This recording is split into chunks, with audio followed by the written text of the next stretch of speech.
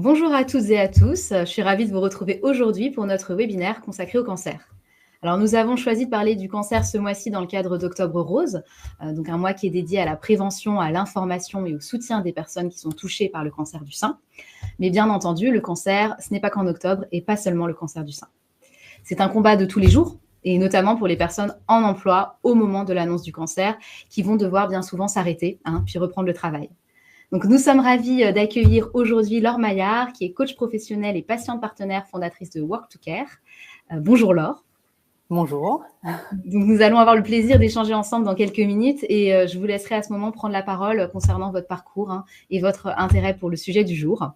Donc pour ma part, en tant que chef de projet QVCT et psychologue du travail chez Privia, j'ai le plaisir aujourd'hui d'animer les échanges de ce webinaire. Et donc nous sommes aussi accompagnés en régie de Caroline Cotineau, qui est responsable communication chez Privia et donc qui est en charge du bon déroulé de ce webinaire et aussi du support que vous voyez actuellement à l'écran. Vous connaissez aussi le principe concernant les conditions du live. Vous pouvez poser vos questions tout au long de la présentation et on gardera quelques minutes à la fin pour y répondre. Et si on n'a pas le temps de répondre à toutes les questions, on vous enverra un mail après l'émission, bien sûr. Et puis, sachez également que vous pourrez télécharger les slides de la présentation à la fin du webinaire. Alors, avant de commencer, quelques mots sur Previa. Donc, Previa, on intervient depuis près de 20 ans en santé et en qualité de vie au travail. Alors, on est avant tout connu pour avoir mis au point un accompagnement pluridisciplinaire qui est très complet pour les salariés qui sont en arrêt maladie longue durée, pour favoriser leur reprise et puis le maintien dans l'emploi. C'est un accompagnement qu'on a mis au point avec nos propres médecins, coordinateurs RH, professionnels paramédicaux et coachs, et donc qui va permettre aux salariés de se remobiliser et se préparer à la fois sur le plan professionnel, psychique et physique. Et donc, au-delà de l'accompagnement individuel, on intervient également au conseil auprès des entreprises, donc pour déployer des démarches, des programmes, des solutions clés en main qui vont viser à réduire le nombre et la durée des absences, donc en agissant à la fois sur la santé et sur l'engagement des collaborateurs. Alors, lors de ce webinaire, on va tout d'abord faire connaissance avec Laure, comprendre son parcours, comment elle accompagne aujourd'hui les salariés, les entreprises dans le cadre d'un retour au travail après un long arrêt. Puis nous réfléchirons ensemble aux enjeux de la reprise, donc à la fois pour le salarié et puis aussi du côté de l'employeur, les défis que vont pouvoir représenter la reprise, ainsi que les facteurs clés pour accompagner au mieux le collaborateur durant cette période. Alors, vous le savez, pour ceux qui me connaissent et qui ont l'habitude des webinaires de Previa, j'aime bien commencer par un petit sondage. Alors, dites-moi, êtes-vous concerné par le sujet du cancer? Oui, personnellement. Oui, l'un de mes collaborateurs, l'une de mes collaboratrices. Oui, un ou une collègue. Ou non, mais je souhaite anticiper. Vous allez trouver le sondage en dessous du chat. Donc, voilà. Le temps de vous laisser répondre. Et avant de donner la parole à Laure, vous le savez, j'aime bien aussi planter le décor avec quelques données chiffrées, surtout qu'il y en a des très parlantes quand on parle de cancer. C'est pour ça qu'on parle de cancer tous concernés, puisqu'il y a plus de 400 000 nouveaux cas de cancer en 2023. Ça concerne autant les hommes que les femmes, une légère majorité quand même pour les hommes avec 57% d'hommes et 43% de femmes. C'est des données que vous retrouvez dans le baromètre cancer de l'INCa. Il y a environ 3 millions de survivants du cancer en France. C'est le cancer de la prostate qui reste le plus fréquent pour l'homme, suivi des cancers du poumon et le cancer colorectal. Et chez la femme, c'est le cancer du sein qui reste le plus fréquent, d'où Octobre Rose, et qui viennent ensuite le cancer colorectal et celui du poumon. Et une donnée intéressante aussi, c'est que 40% des cancers pourraient être évités. Alors, on a aussi quelques données très intéressantes au sujet du cancer et de l'emploi. Une personne sur 2 qui a un cancer a moins de 65 ans. Une personne sur 5 a perdu son emploi après le diagnostic d'un cancer. Une personne sur 3 en emploi ne travaille plus 2 ans après un diagnostic de cancer. Et 20% des personnes en emploi au moment du diagnostic de cancer ne le sont plus 5 ans après. Et aujourd'hui, 15% des salariés sont concernés par une maladie chronique, donc cancer fait partie, une maladie chronique ou grave. Et si on se projette en 2025, ce sera 25%. Donc des personnes impactés qui sont de plus en plus jeunes et en activité en poste. C'est pour ça qu'on a souhaité prendre la parole aussi aujourd'hui en faisant ce lien avec le travail et l'emploi. Il y a 40% des personnes qui apprennent qu'elles ont un cancer qui sont en emploi au moment du diagnostic. 20% des 18-55 ans qui sont en emploi au moment du diagnostic ne travaillent plus 5 ans après. hein. Donc, on est quand même sur une tranche d'actifs où, pour certains, il y a quand même quelques années, hein, voire un certain nombre avant la retraite. Au moins 12% des salariés ont connu rejet ou discrimination de leurs collègues en raison de leur maladie. Et 20% des salariés touchés par un cancer poursuivent leur travail durant le traitement. Donc, c'est quand même important aussi, hein, de souligner que de plus en plus, les traitements peuvent être compatibles avec une activité professionnelle, même si ce n'est pas toujours le cas, hein, ça dépend bien sûr. Alors, avant de laisser la parole, alors on va regarder les résultats du sondage. J'ai hâte de voir un petit peu ce que vous avez répondu. Alors, le sondage. Êtes-vous concerné donc par le sujet? 17% oui, personnellement, quand même. 35% oui, l'un de mes collaborateurs ou l'une de mes collaboratrices. Donc, bah, voilà, hein, ça reflète bien aussi les statistiques qu'on vous a présentées. 17% oui, un ou une collègue. Et 30% non, mais je souhaite anticiper. Donc, assez réparti. Je pense qu'on a une population RH, hein, aussi qui est connectée à ce webinaire, hein, puisque voilà, il y a quand même 35% qui sont concernés par le sujet parce que c'est l'un ou l'une des collaboratrices qui est touchée dans l'entreprise. Donc voilà, j'imagine que vous êtes là aussi pour savoir quels conseils, hein, on peut donner par rapport à ce sujet.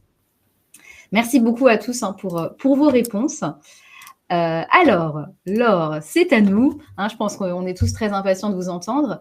Et la première question que j'ai envie de vous poser, c'est où est-ce que vous travaillez avant de créer votre société? Alors, merci beaucoup tout d'abord de m'avoir invité à ce webinaire aujourd'hui. Avant de créer ma société Work to Care, je travaillais dans des grands groupes plutôt internationaux. J'avais une carrière internationale qui était en décollage. J'ai eu pas mal de rôles différents en RH, que ce soit de la comp and ben, des programmes de mise en place de programmes de couverture mutuelle, prévoyance et en mobilité internationale. Je me suis arrêtée 2 fois dans ma carrière, 2 fois pour avoir mes enfants. Mais vraiment, la maladie ou l'absence long terme, je n'y avais vraiment pas prêté plus d'attention que cela avant que la maladie s'invite dans ma vie. Bien sûr, en tant qu'RH, on y réfléchit. On réfléchit à des programmes d'intégration, de réintégration. Mais je pense on ne prend pas vraiment la mesure du sujet jusqu'à ce que ça nous touche personnellement. Et c'est ce qui vous a aussi amené à créer, hein, votre nouvelle activité, il me semble. Alors, par la suite, effectivement, début 2022, j'ai été diagnostiquée d'un cancer. Je venais juste de commencer un nouveau poste en tant que directrice RH Europe. Et à la suite d'un contrôle de routine, donc en faisant attention un petit peu à ma santé, j'ai été diagnostiquée d'un cancer. Et l'annonce a été plutôt dramatique. J'ai été tétanisée au moment de l'annonce. Et tout de suite, il a fallu que je ne savais pas ce que j'allais faire avec mon nouveau travail. J'avais peur d'en parler à mes managers. Forcément, tout s'est remis en cause. Par la suite de cette annonce, en fait, quelques mois après m'être arrêtée, je perds mon emploi et je me retrouve quelques mois au chômage. Et c'est lors justement d'un colloque de l'INCa en fin 2022 que je rencontre en fait tout un tas de personnes, de chercheurs, de professionnels de santé, d'entreprises, de patients partenaires qui en fait s'interrogent sur cette reprise du travail mal préparée, notamment avec les chiffres assez importants que nous dévoilent les chercheurs. C'est un véritable tsunami en termes de chiffres à 2030. Et donc, il était important de me rendre compte qu'en fait, je n'étais pas seule. Il y avait déjà des gens qui travaillaient sur ce sujet et donc je me suis intéressée en tant que RH, en tant que maman, en tant que patiente. Je me suis un petit peu intéressée à ce sujet. Alors, je me suis formée à la Sorbonne et à l'Université des patients. Je me suis formée en tant que patiente partenaire et en même temps en tant que coach professionnel. en 2023. Voilà. Un beau parcours. Et est-ce que pendant votre arrêt de travail, le contact avec l'employeur a-t-il été maintenu? Alors, pas du tout. Je pense que rétrospectivement, il ne me connaissait pas bien. Ça faisait 6 semaines que j'étais en entreprise. Je pense qu'ils ne savaient pas eux-mêmes s'il fallait garder le contact. Légalement, c'est un petit peu une zone grise parce qu'on ne sait pas si on doit garder contact avec son salarié ou pas. Dès le début, j'ai été très transparente sur le sujet. J'ai été transparente sur ce que j'avais, combien de temps ça allait prendre. Ce que je n'avais pas anticipé, c'est finalement la gravité du diagnostic et que finalement, ça allait prendre quelques mois supplémentaires. Donc non, le contact n'a pas du tout été gardé et même au moment du retour, très sincèrement, j'ai dû revenir et tout de suite, j'étais en visio, en vidéoconférence. Oui, donc un retour pas des Pas du plus tout. agréables, pas du tout préparé et voilà, pas du tout anticipé. Est-ce qu'il y a un moment, un événement, quelque chose qui vous a le plus marqué justement dans votre expérience personnelle et qui vous a justement donné ce déclic de créer votre entreprise? Ben oui, parce qu'en fait, j'ai trouvé que toute l'expérience finalement avait été mal préparée, ça c'est sûr. Je me suis demandé en tant qu'ancienne RH ou RH si on pouvait améliorer les programmes. J'ai beaucoup travaillé en fait sur les processus RH pendant des années et étonnamment cette partie-là, j'ai trouvé qu'on la travaillait pas beaucoup. Donc ça m'a forcément interpellée. J'ai trouvé qu'il y avait aussi en tant que RH, on est souvent très occupés, très impliqués dans le développement, dans le recrutement, dans le développement des collaborateurs. Mais finalement, dans le cycle de vie du collaborateur, on oublie un petit peu que la maladie, malheureusement, peut faire partie du cycle du salarié. Tout autant que le congé maternité, le congé paternité. En fait, ça peut faire partie des étapes de la vie et des événements qui peuvent enrayer finalement une carrière ou en tout cas la mettre entre parenthèses. Merci. Est-ce que, avant voilà, qu'on vous présente une petite vidéo, est-ce qu'il y a quelques conseils déjà ou des choses auxquelles il faut faire attention dans la reprise du travail, justement, si vous aviez un ou deux messages à faire passer donc pour les salariés et l'employeur quand on parle de la reprise? Oui, alors ce qui est super important en fait, c'est quand même d'essayer de garder le lien. Quand je dis garder le lien avec le salarié, d'abord on ne peut pas toujours demander au salarié avant qu'il s'en aille parce qu'en général l'arrêt il arrive assez rapidement, mais c'est de lui demander est-ce que tu souhaites qu'on garde le contact, non pas pour les dossiers et les dossiers en cours, mais principalement pour prendre des nouvelles. C'est au salarié aussi de dire oui ou non.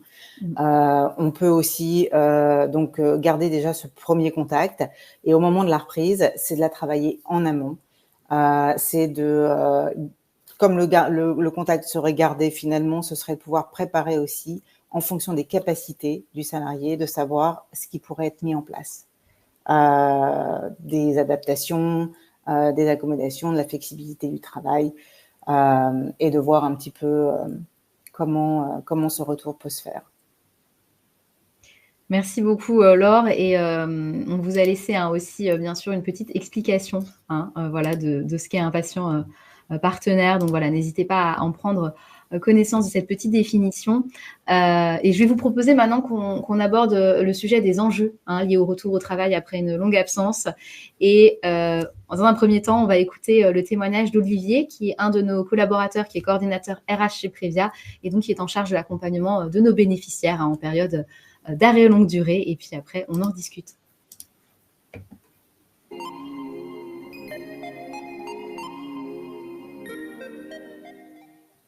Alors pour moi, les enjeux pour ces personnes qui reprennent le travail après un long arrêt, il y en a plusieurs, mais le premier qui me vient, c'est l'enjeu physique. Parce que souvent, alors notamment quand c'est suite à un cancer, les gens ont dû subir une chimiothérapie, ou radiothérapie. ce qui entraîne une fatigue importante, des douleurs parfois qui persistent et qui viennent impacter immanquablement la reprise à temps plein. Donc la vision aussi que les gens peuvent avoir de la reprise et de leur capacité à reprendre. Du coup, ça m'amène au deuxième enjeu, c'est l'enjeu psychologique pour moi. Est-ce que je vais être en capacité d'exécuter les tâches qui vont m'être demandées? Est-ce que je vais recouvrer les ressources que j'avais auparavant? Donc du coup, s'installent des peurs, la crainte de ne pas être à la hauteur, la peur de ne pas être compris, le regard des autres, la peur aussi de se retrouver en situation précaire, est-ce que je ne vais pas perdre mon emploi? Donc voilà, tout ça, je pense que ça participe. Et puis, il y a immanquablement aussi le regard que l'on porte sur soi. Des fois, la maladie a laissé des traces dans la chair, donc ça impacte forcément. Et puis, ça impacte aussi la vision qu'on projette. Le regard des autres va-t-il avoir changé? Donc tout ça participe voilà, des enjeux de la reprise.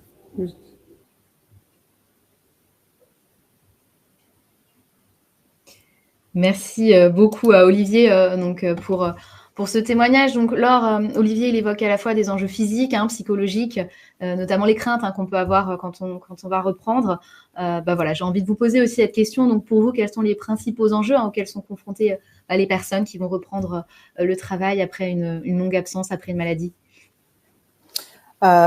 Oui, alors en général, les premiers enjeux, c'est un petit peu, si le lien n'a pas été gardé, c'est un petit peu aussi la crainte de revenir par rapport à son équipe, par rapport à son manager, par rapport au regard des autres. Alors si on parle principalement des cancers avec des traitements chimiothérapie, c'est aussi l'aspect physique aussi, qui est un petit peu pas toujours évident, l'image de soi.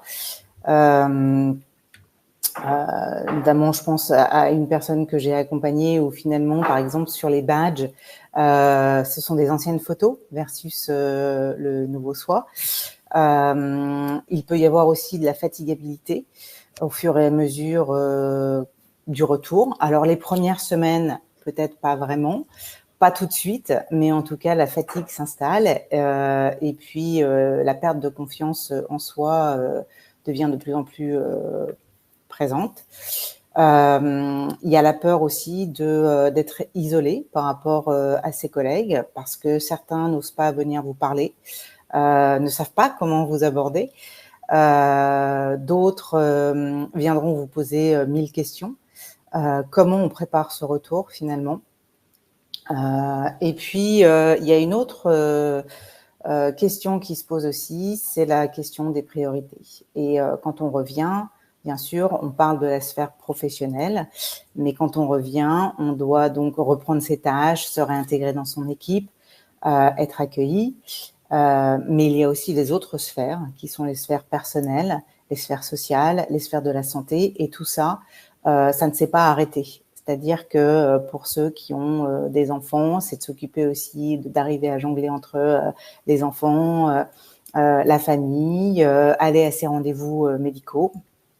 Comment est-ce qu'on va gérer finalement cet emploi du temps qui devient très lourd et ce n'est pas du tout évident.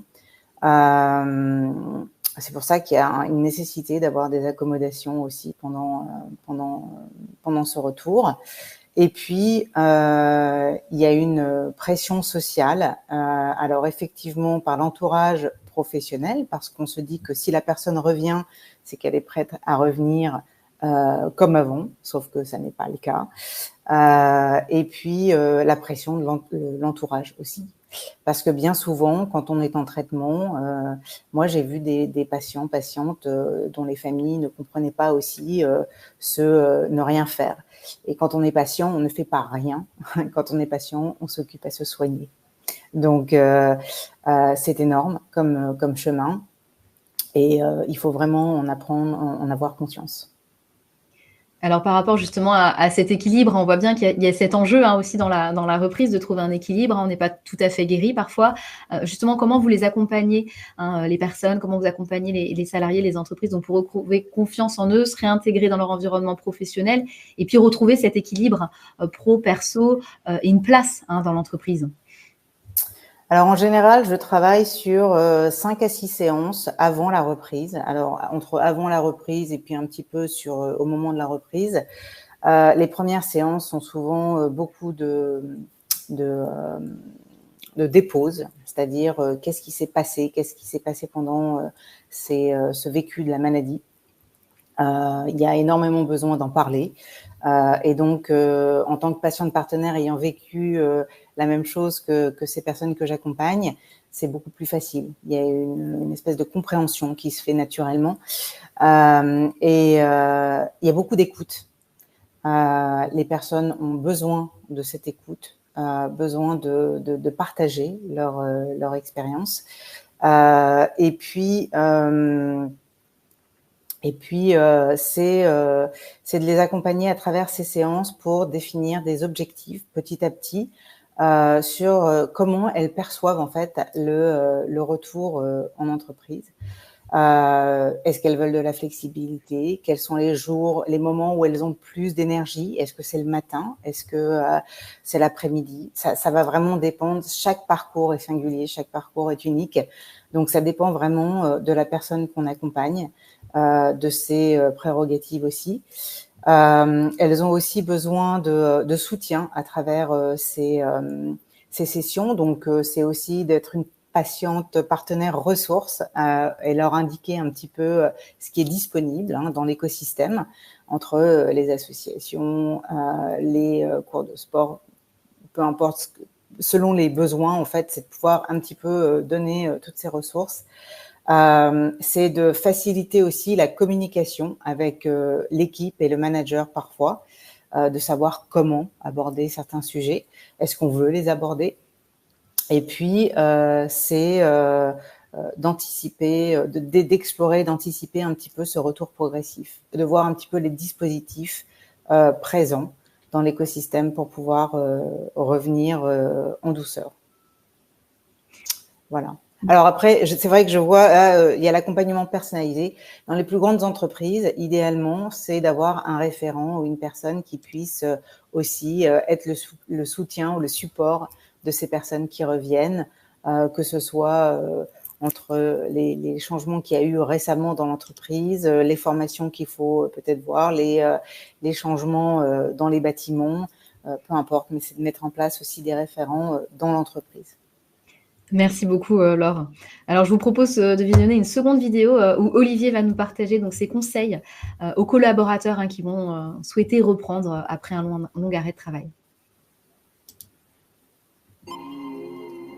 Alors, le premier conseil que je donnerais, c'est la parole, la communication. Maintenir le contact avec l'entreprise, à mon sens, c'est important, parce que c'est là que tout se joue. L'enjeu de la reprise, c'est lié au contact avec l'entreprise, le contact maintenu. Et souvent, les entreprises sont frileuses à maintenir ce contact-là, parce que derrière, elles y voient des enjeux et des risques potentiels pour elles, ce que je peux comprendre tout à fait. Et donc, c'est pour ça que j'invite les collaborateurs qui sont en situation d'arrêt maladie de maintenir ce contact, même s'il est ténu. C'est important, à mon sens, qu'ils le maintiennent pour pouvoir justement préparer les conditions de la future reprise. Et d'anticiper, du coup, de pouvoir anticiper. Pour moi, c'est ça, c'est de maintenir le contact avec l'entreprise, avoir confiance dans son entourage médical et d'accepter que la reprise est possible, de faire part à l'entourage médical justement toujours des craintes qu'on peut avoir pour aménager le poste de travail. Voilà, c'est ça, c'est de parler en vérité pour que justement les conditions de la reprise soient optimales. Encore une fois, il y a des cas de figure où l'entreprise, ça va être possible de maintenir le contact avec elle, d'autres, ça ne va pas l'être. Dans les cas où c'est possible, eh bien, on voit avec qui on se sent le plus à l'aise pour en parler. Des fois, ça ne va pas être le manager avec lequel il convient d'en parler. Il vaut mieux voir avec le service RH parce que voilà, c'est une vision un peu plus neutre. En tout cas, ça peut être au sein de l'équipe une vision un peu plus neutre et mettre en place les préparatifs de la reprise.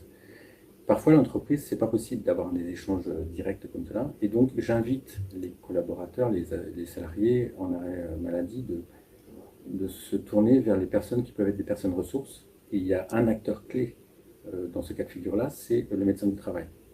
Donc d'organiser, de demander, de solliciter une visite de pré-reprise pour anticiper encore une fois les choses, faire part de nos craintes, et puis que le médecin du travail joue le rôle d'intermédiaire finalement avec l'entreprise pour que des préconisations puissent être faites et que le salarié soit réconforté, rassuré dans cette reprise. Merci beaucoup à Olivier pour ces précieux conseils. Bon, bah alors, on voit à travers cette vidéo que vous partagez le même point de vue sur le lien, l'échange qui est primordial tout au long de l'arrêt et puis bien sûr au moment de la reprise. Alors justement, si on déroule un petit peu côté employeur, Laure, selon vous, quels sont les principaux défis auxquels sont confrontées donc les entreprises lorsqu'un salarié décide de reprendre le travail après une longue absence, et comment est-ce que vous les aidez à gérer cette situation? Alors, en fait, moi, en général, je suis l'intermédiaire entre la personne et je suis le lien, finalement, entre la personne et l'entreprise. En général, on discute aussi des différents aménagements, des différents dispositifs qui existent. La gestion entre ce qui est attendu par le manager et ce qui est en réalité faisable par le salarié. Parfois, c'est assez disparate et d'avoir une communication ouverte entre le manager, l'équipe et le salarié afin de pouvoir en fait répartir aussi les tâches et les dossiers. Parfois, il est important aussi de pouvoir voir que dans certains dossiers, la personne revenant en mi-temps, par exemple, ou en temps partiel, peut reprendre certaines tâches qui ne lui demandent pas non plus d'être dans des postes en contact direct, par exemple avec des clients, et de faire plutôt du travail qui lui permet un retour en douceur. Parfois dans les équipes, par manque de communication, par manque de transparence peut-être, les équipes ont aussi des attentes. Il est difficile pour les équipes qui ont finalement pallié parfois à une charge de travail aussi importante d'accepter ce retour et ces arrangements, ces accommodations. Donc, c'est aussi de sensibiliser les équipes. Souvent, c'est aussi d'avoir une bulle d'écoute des équipes. Elles ont aussi vécu quelque chose pendant cette absence. Et bien souvent, on ne regarde pas ce que on ne les entend pas. Et souvent, c'est de la charge de travail, c'est d'avoir fait plus. Parfois, c'est de la peur aussi, parce qu'elles peuvent avoir peur de ce qui est arrivé à leurs collègues. Et si c'était eux un jour, qu'est-ce qui se passerait? Comment ça se gérerait? Donc, c'est un petit peu de pouvoir aussi délier les langues par rapport à cette reprise et d'avoir une communication transparente. Ce qui est aussi important, et c'est là où moi je me suis aussi intéressée à être formée sur ce sujet, sur la santé mentale, ce sont les risques psychosociaux, parce que dans l'équipe, il est possible aussi que certaines personnes soient à risque d'être en burn-out aussi. Et donc, envisager la reprise de leurs collègues à ce moment-là, c'est un petit peu compliqué. Donc, et on y reviendra tout à l'heure, mais le rôle du manager est important, le rôle de l'entreprise est primordial. J'aime beaucoup ce que vous dites sur cette approche finalement un peu systémique du collaborateur, de le prendre aussi dans son ensemble. Il fait partie d'une équipe, il fait partie d'un collectif, et donc c'est important aussi de ne pas oublier cette équipe. Donc voilà, j'espère aussi que vous qui nous écoutez, vous êtes sensible à tout ce qui est dit là. Je vous propose, Laure, qu'on écoute donc une troisième vidéo, la dernière d'Olivier, où il va plutôt parler des conseils. Et puis on en discute après.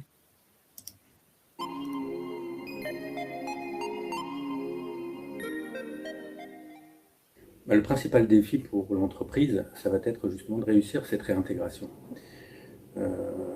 Parce qu'on parle beaucoup de onboarding, de offboarding, on va parler RSE, QVCT, donc ça c'est super, on va parler d'entreprise avec un esprit corporate, c'est génial.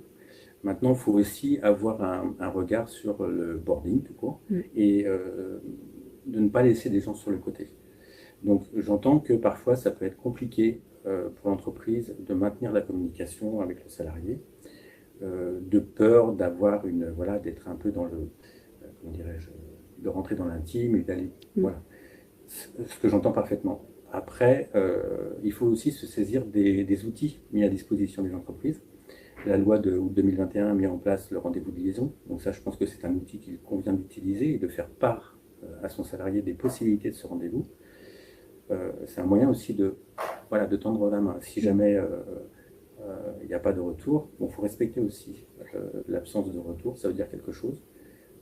Et puis préparer la reprise. Donc c'est encore une fois proposer l'entretien de réaccueil pour les arrêts longue maladie, proposer l'entretien professionnel pour les arrêts maladie de plus de 6 mois, c'est une obligation aussi.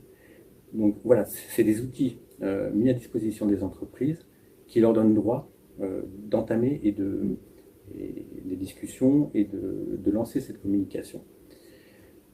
Après, évidemment, l'idéal, c'est de le faire en étant convaincu de ce qu'on est en train de faire. Et donc, j'invite les entreprises à se saisir vraiment de ces enjeux-là et de mettre en place les aménagements du travail, réorganiser le poste de travail si besoin, mettre en place un mentorat ou un coaching, mettre en place des formations, parce que le poste et le travail a peut-être changé, et il faut accompagner le salarié dans cette reprise, dans ces changements. Il faut rassurer en fait. On était content de ce que faisait le salarié avant son arrêt.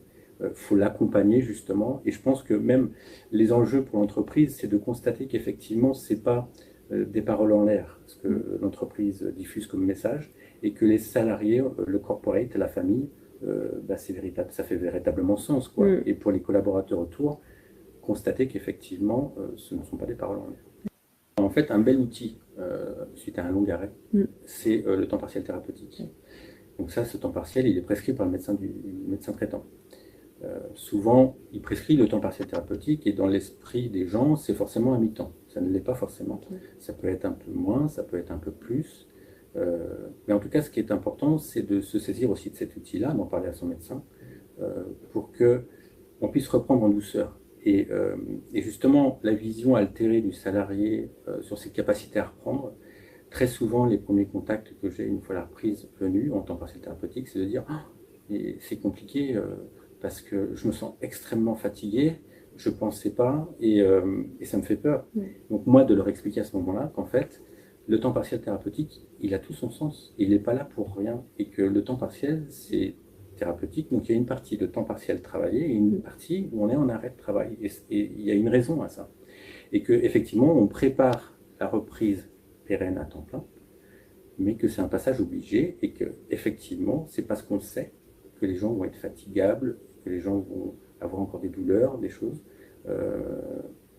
que ce temps partiel thérapeutique est mis en place, mais qu'on va y arriver. Donc j'invite les entreprises, dans le cadre de ce temps partiel thérapeutique prescrit par le médecin traitant, validé par le médecin du travail, d'anticiper et de préparer des avenants au contrat de travail des gens pour que les gens puissent avoir aussi le cadre clairement établi, en indiquant que c'est un avenant à durée déterminée, qu'il n'a pas vocation à durer dans le temps, mais que pour le temps de la prescription, on va répartir le temps de travail de telle façon et que si besoin est, il y aura un autre avenant qui sera établi en fonction des prescriptions du médecin et de l'entourage médical. Alors, merci beaucoup Olivier de nous avoir rappelé l'importance de tous ces dispositifs qui existent pour l'employeur et puis voilà, de rappeler aussi leur utilité, leur intérêt. Alors Laure, on en parlait tout à l'heure, Olivier en a parlé aussi dans ses vidéos. On le sait, les managers ont un rôle important. Parfois, on n'est pas très à l'aise d'échanger avec son manager, mais ils ont un rôle important quand même dans le maintien du lien et aussi au moment de la reprise. Alors, est-ce que vous pouvez nous en dire plus sur le rôle des managers dans l'accompagnement des salariés qui sont en retour après une absence? Oui, alors le manager en général, c'est l'élément clé parce que c'est lui qui en général a le contact avec le salarié. Il est possible parfois que ça passe par les RH, mais très souvent c'est quand même le manager ou peut-être un membre de l'équipe aussi. Mais le manager a un rôle clé dans cette reprise parce qu'il est l'intermédiaire entre l'équipe et le salarié. Il a une vision globale de l'état de son équipe et puis du travail à répartir. Donc, en général, c'est à lui qu'on s'adresse pour pouvoir un petit peu accompagner son salarié qui revient. Mais pour ça, il faut qu'il soit formé. Et souvent, les managers ne sont pas suffisamment formés pour pouvoir accompagner leurs salariés. Ils doivent pouvoir aussi travailler un petit peu avec l'équipe pour savoir aussi préparer en amont cette réorganisation qui va avoir lieu avec une personne qui reviendra, comme l'a dit Olivier, soit en mi-temps thérapeutique ou en temps partiel, et pour pouvoir réorganiser ce travail, ces tâches, et de pouvoir travailler avec l'équipe. En général, c'est vrai que je suis un petit peu ce lien avec le manager et je peux accompagner les équipes par rapport à ça. Et c'est aussi de mettre dans l'équipe, peut-être, un collègue référent qui puisse, en fait, aider cette personne qui revient aussi, qui puisse être un appui. Mais en tout cas, son rôle est clé, notamment dans la communication. On revient toujours au même outil, mais la communication, elle est extrêmement importante. Transparente en plus. Hein. Merci Laure. Et puis je crois que vous aviez aussi des outils, des conseils à nous prodiguer pour une réintégration réussie. Oui, alors ce que je propose en fait en général, c'est l'accompagnement donc individuel de la personne qui revient, parce qu'il y a tellement de choses qui se jouent au moment de la reprise. C'est de pouvoir aussi former les managers, de sensibiliser les équipes en même temps sur cette reprise. Qu'est-ce qui est important au niveau de la communication, comment la préparer en amont. Certains salariés voudront être accueillis discrètement, d'autres voudront peut-être juste avoir être tranquille et d'avoir aussi des suivis réguliers post retour. Ça c'est indispensable. Donc, dans les séances dont je parlais tout à l'heure, qui sont de 5 à 6 séances, ce que je propose aussi, ce sont des suivis sur 3 ou 4 mois mensuels, de façon à faire un point avec la personne qui revient et puis de pouvoir aussi parfois aider dans cette communication avec le manager. C'est extrêmement important. Donc, s'il faut retenir quelque chose, la communication, la formation et la sensibilisation des équipes, c'est ce que je préconise effectivement dans ces outils. Merci beaucoup et ça rejoint la parole d'Olivier. Donc voilà, je crois qu'on a fait un beau tour du sujet. Donc merci Laure pour votre témoignage et puis aussi pour tous ces éléments que vous nous avez partagés. Et merci aussi Olivier de s'être prêté au jeu de cette petite vidéo. Alors, on va répondre à vos questions dans quelques instants. Pour conclure, on avait aussi envie de rappeler l'importance du dépistage et de la prise en compte des facteurs de risque. On vous l'a dit en introduction, 40% des cancers pourraient être évités. C'est énorme. Ils sont liés à nos comportements de vie et également au dépistage.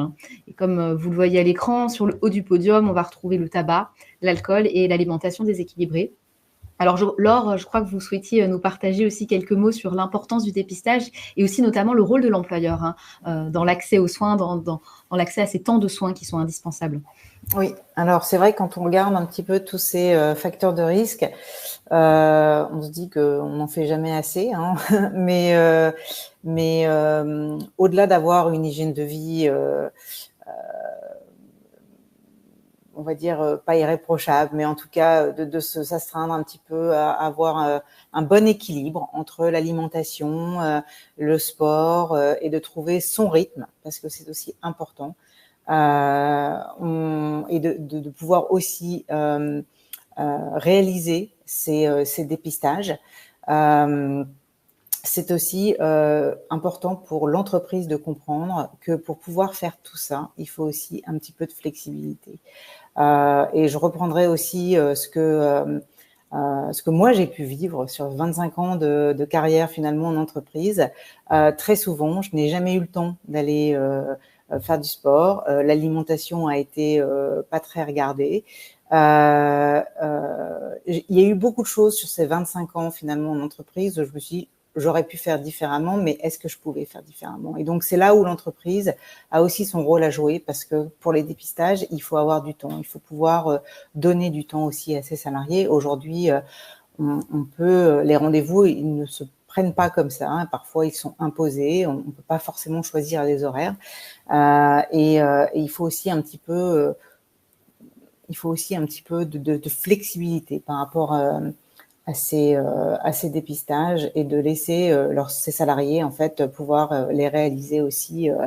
Parfois, c'est sur le temps de travail, mais de pouvoir avoir cette flexibilité en tout cas. Merci, je retiens ce mot de flexibilité, et justement ça fait une belle transition sur la façon dont vous voyez évoluer le monde du travail dans les années à venir, donc en matière d'inclusion et d'accompagnement des personnes fragilisées.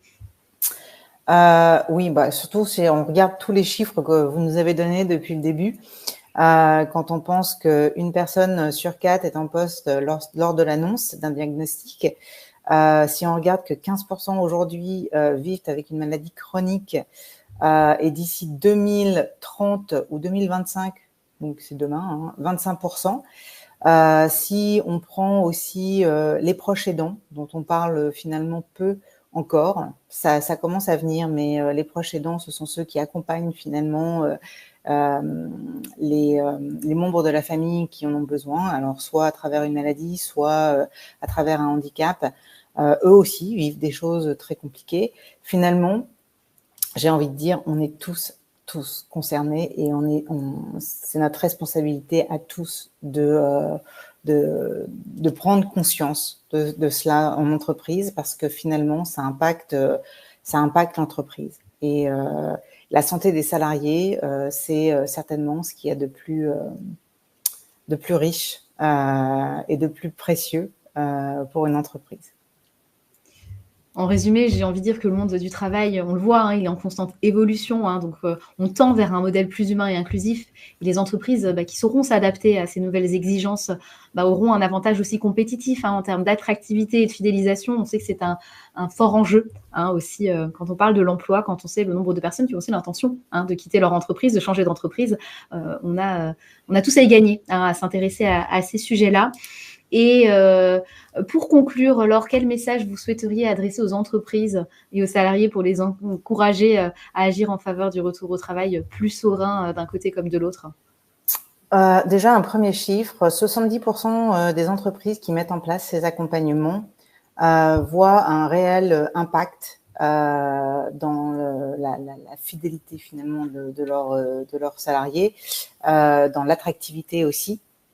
Et ils notent une baisse significative des arrêts de travail. Alors, pas parce que il n'y a plus d'arrêt de travail, mais parce que il y a une confiance qui se réinstalle, et la communication étant transparente, les politiques RH étant plus disponibles, les salariés gagnent en confiance, et se sentent plus à l'aise en fait de pouvoir aussi communiquer sur leurs difficultés, les événements personnels qui peuvent leur arriver. Merci Laure. Alors c'est parti pour les questions. On est pile poil dans le timing, donc bravo aussi pour votre esprit de synthèse, parce que c'est pas toujours facile de tenir le temps. Donc du coup les questions, il y en a pas mal, donc on n'aura peut-être pas le temps de répondre à toutes, mais comme on vous l'a dit, celles auxquelles on n'aura pas répondu, on y répondra par mail à l'issue du webinaire. Il y a eu aussi pas mal de réactions. Laure, que je voulais vous partager autour des troubles de la mémoire. Où plusieurs participants là ont contribué, on a eu des petits échanges, même des échanges de conseils sur des sites pour travailler sa mémoire, et des personnes qui nous partageaient justement aussi que c'était leur plus grande crainte de reprendre en ayant des troubles de la concentration, des troubles de la mémoire. Voilà, et aussi l'employeur, qu'est-ce qu'il en fait de ça, donc voilà, est-ce que vous avez une réaction par rapport à ça? Alors, par rapport à l'employeur, j'ai envie de dire qu'en fait, parfois, par rapport à ces troubles de mémoire, ces troubles cognitifs qui sont souvent liés au traitement, Le télétravail, parfois, peut être une réponse parce que parfois, quand on travaille au calme et qu'on n'est pas sollicité trop souvent au bureau, ça permet aussi de se concentrer. Et côté médical, je sais qu'il y a beaucoup de médecins aujourd'hui, et moi je fais ce lien aussi avec les professionnels de santé, de m'intéresser aussi à ce qui se passe.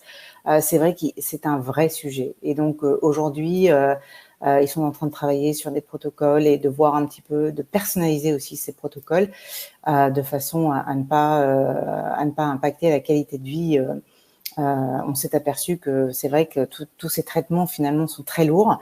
C'est vrai quand on dit que 60% des personnes survivent à un cancer, oui, mais avec parfois des troubles cognitifs importants et des troubles physiques importants. Donc il y a un petit peu ce lien, tout le monde prend un petit peu conscience de tout ça. Mais ce que je dirais par rapport à l'entreprise, c'est vraiment de favoriser ce qui marche le mieux pour le salarié et de mettre en place tous ces outils qu'on a aujourd'hui, ces dispositifs, le télétravail, les casques, la manière de se concentrer, de peut-être aussi y aller petit à petit. Peut-être pas donner dès la première semaine quelque chose des tâches trop avec une importance trop forte sur la mémoire et sur aller vite en fait. Il faut petit à petit revenir en douceur et il faut pouvoir reprendre ses tâches petit à petit. Ça revient, mais ça peut mettre quelques mois, ça peut mettre 6 mois, 8 mois. Donc voilà, il faut de la patience et de la flexibilité. Je reviens sur ce mot flexibilité. La flexibilité, justement, aussi, quand on parle de mettre en place un temps partiel thérapeutique, c'est important que le collaborateur puisse aussi dire peut-être s'il y a des moments dans la journée où justement il se sent plus en énergie, il y a des personnes qui sont plus du matin, de l'après-midi, il y a des personnes qui préfèrent venir en journée complète, mais avoir une journée complète de repos. Et donc c'est aussi important de pouvoir évoquer tout ça avec l'employeur sur le mode de fonctionnement qui permet aussi de se sentir le plus à l'aise par rapport à ses capacités et la façon dont on s'organise justement par rapport aux soins, par rapport au reste de notre planning. Exactement, et c'est exactement ce qui se passe dans ces séances en fait, dans ces premières séances, c'est un petit peu de voir quelle est l'énergie d'une journée, comment ça se passe. Et parfois, ça va pas toujours être linéaire, mais c'est un petit peu de pouvoir les identifier et de se poser par rapport à ce sujet. Merci. Et voilà, il y a une personne justement qui a un commentaire que je trouve intéressant, c'est dans le monde du travail, l'effort que font les agents qui reviennent à l'emploi n'est pas assez valorisé. Donc justement aussi à travers tout ce qu'on est en train de se dire, on reconnaît l'effort que ça demande de revenir après des traitements qui sont lourds et plusieurs personnes l'ont partagé. Ça demande un véritable effort et c'est important aussi en effet de le reconnaître et de montrer de la reconnaissance par rapport aux efforts qui sont faits.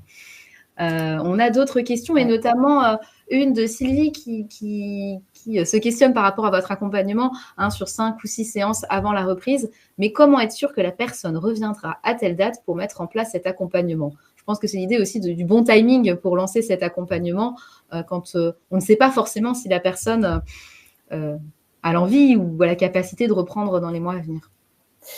C'est une très bonne question et d'ailleurs ça fait partie des services que je propose aussi, c'est un petit peu en fait d'être le lien pendant cette absence.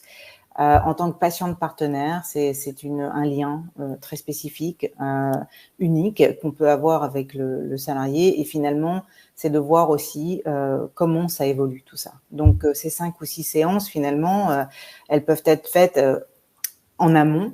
Et puis, elles sont aussi peut-être prolongées au moment du retour et quelques semaines après le retour. Donc, c'est de pouvoir travailler avec la personne. Au moment des traitements, très sincèrement, il n'y a pas beaucoup de séances. Il y en a 1 ou 2 pour vraiment, en tant que patient partenaire, pouvoir échanger sur ce que vit le patient ou vit la personne au moment des traitements. Parce que ça aussi, c'est très compliqué. Quand on voit son médecin un quart d'heure, 20 minutes tous les mois et finalement, on a très peu de temps pour échanger. Alors, le dispositif médical, c'est encore autre chose, mais ça aussi, moi, je m'y intéresse. Et donc, c'est de pouvoir un petit peu avoir ce lien. mais c'est aussi pouvoir sentir à quel moment la personne va se sentir capable de revenir. C'est jamais une question de motivation, très rarement. Ça, il faut vraiment que ce soit dit, parce que souvent, moi, j'ai eu des employeurs qui m'ont dit la personne est-elle motivée? Ça n'est pas une question de motivation. C'est surtout une question de capacité et de savoir comment les personnes vont pouvoir revenir et avec quelles accommodations. Je ne sais pas si j'ai répondu à la question, mais c'est un petit peu. En fait, ça peut être l'accompagnement. Je dis 6 séances au total, on va dire une dizaine de séances, mais ça peut aussi être prolongé selon les besoins de la personne et selon ce que l'entreprise souhaite mettre en route aussi, parce que ça peut être plus long. On peut faire ça sur 15 séances si on veut. Moi, j'ai commencé sur 10 parce que j'ai trouvé que c'était ce qu'il y avait de plus accessible pour l'entreprise. Mais bien sûr que ça peut être pendant l'arrêt et après le retour, au moment du retour et après le retour. C'est ce qu'on disait, hein, accompagnement personnalisé, flexibilité, adaptabilité, chaque cas est différent. Donc, bien sûr, on adapte aussi l'accompagnement et le nombre de séances, même s'il y a un format aussi oui. un petit peu. Et je ne l'ai pas dit tout à l'heure, mais c'est vrai qu'il y a des personnes qui, elles, vont vouloir maintenir leur emploi pendant les traitements. C'est un choix personnel, c'est pas toujours évident. Il faut travailler avec le médecin du travail, comme le disait Olivier tout à l'heure. C'est vrai que c'est pas chaque cas est unique. Il y a des personnes qui vont vouloir aussi travailler parce que le travail, la sphère professionnelle, ça fait partie aussi du rétablissement parfois pour certaines personnes. Ne pas se sentir coupé, isolé. Et donc, ça fait partie aussi des dispositifs qu'on peut envisager. Et quand je vous parle de flexibilité, ça en fait partie, bien évidemment. C'est de pouvoir un petit peu personnaliser ce parcours. Merci Laure. Alors il y a plusieurs questions que je trouve qui se recoupent un peu sur l'aspect communication. Avec une personne qui nous dit le rendez-vous de liaison il existe, c'est bien, mais le collaborateur n'y répond pas toujours. Il y a aussi une question sur parfois aussi le collaborateur il souhaite pas garder le lien pendant l'arrêt. Est-ce que vous avez des idées justement quand le collaborateur dit non, voilà, j'ai besoin de couper un peu avec l'entreprise. Et une autre personne qui nous dit faut-il provoquer des rendez-vous avec son collaborateur ou attendre qu'il nous sollicite. Donc on a toutes ces questions, on voit bien autour de la communication quand on a l'impression que le collaborateur n'est pas réceptif en face. Jusqu'où on va, quelle est la limite, comment on s'y prend? Alors, la réponse n'est pas facile, mais si je devais visionner un petit peu la manière dont on pourrait faire, c'est que si on était transparent finalement sur cette politique de réintégration, cette politique d'accompagnement, les collaborateurs seraient certainement rassurés et du coup faciliteraient cette communication. Souvent, quand on est en arrêt, alors que ce soit pour des maladies chroniques, pour n'importe quelle maladie chronique, souvent, parfois, on a besoin d'avoir cette coupure. Et parfois, on a besoin d'être en contact avec son employeur. Ça dépend. Souvent, on se concentre aussi sur son rétablissement et qui peut être de se soigner, en fait. Donc, le travail, ça passe en suspens, donc sur pause, et ils n'ont pas nécessairement envie d'être en contact avec l'entreprise. Ça dépend aussi quel type de communication vous avez. Si c'est pour prendre des nouvelles ou si c'est finalement pour rappeler le sujet d'un dossier. Ça dépend comment ça se passe aussi avant l'arrêt.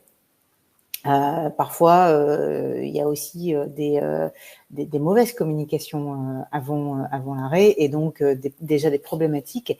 Et effectivement, garder le lien à ce moment-là, ça peut être un petit peu compliqué. Mais ce que je préconise quand même, et c'est ce que j'ai vu dans certains grands groupes, c'est que si les politiques sont suffisamment transparentes et qu'il y a suffisamment de confiance, on peut certainement garder le lien plus facilement. Merci Laure. Et on avait une question aussi que je trouvais intéressante, puisqu'au début, on partageait les statistiques avec les personnes qui ne sont plus en emploi après un cancer. Et Laurent nous questionne justement, est-ce que nous savons, ou est-ce que nous avons des pistes explicatives sur le pourquoi est-ce que les personnes ne sont plus en emploi rapidement, quand il y a des inaptitudes, des démissions, des renvois, qu'est-ce qui peut causer cela ? Plein de choses peuvent causer cela. Ça peut être ça peut être que la personne n'a peut-être plus... une fois encore, ça dépend comment ça se passe dans l'entreprise avant l'arrêt.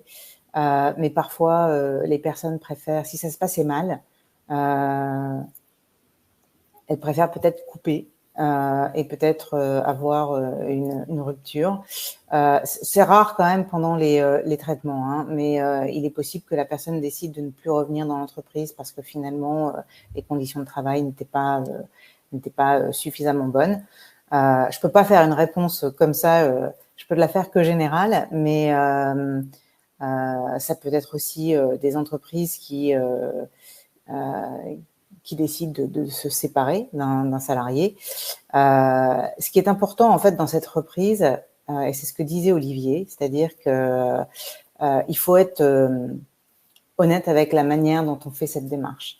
Est-ce qu'on la fait ouvertement et en toute transparence, et c'est vraiment un engagement social de l'entreprise, ou est-ce que finalement la personne, si elle revient, ça va être très compliqué pour elle. Quand on vit une maladie chronique, ou quand on vit un cancer en l'occurrence, on fait déjà face à se sauver, se soigner, aller mieux et se guérir. On fait face, le cancer souvent c'est aussi synonyme de sa propre mort, sa propre existence. Donc je pense que le travail, on y vient quand on y revient quand on se sent accueilli et quand on se sent en toute confiance. Et les changements de priorité doivent être pris en compte aussi. C'est pas parce que la personne, souvent, ils ont envie de revenir. Moi, je les vois dans mes accompagnements, souvent, ils ont envie de revenir. Mais c'est comment ils vont pouvoir revenir. Merci beaucoup, Laure. Alors, je vois que les autres questions se regroupent pas mal autour de la mémoire. On fera bien sûr un petit résumé de toutes ces questions pour ceux qui le souhaitent. Et puis, vous pouvez bien sûr revisionner aussi en replay ce webinaire. Alors, n'hésitez pas aussi à écouter notre podcast tout récent du 17 octobre sur cancer et travail, un pas à la fois. Donc, avec Aurélie Benoît-Grange, qui est directrice de la maison Rose Up, Christy Bello, qui est consultante et coach chez Latitude RH, et Valérie Mathieu, qui est directrice générale du groupe Manway. Un grand merci, Laure. On va retrouver aussi dans la dernière page de cette présentation vos coordonnées ainsi que les miennes si vous voulez nous contacter. N'hésitez pas. Et vraiment, merci pour ce beau partage. C'était un plaisir de partager ce webinaire avec vous. Et voilà, je vous souhaite une belle fin de journée à tous et à toutes et bien à bientôt sur notre chaîne. Au revoir. Merci beaucoup. Au revoir.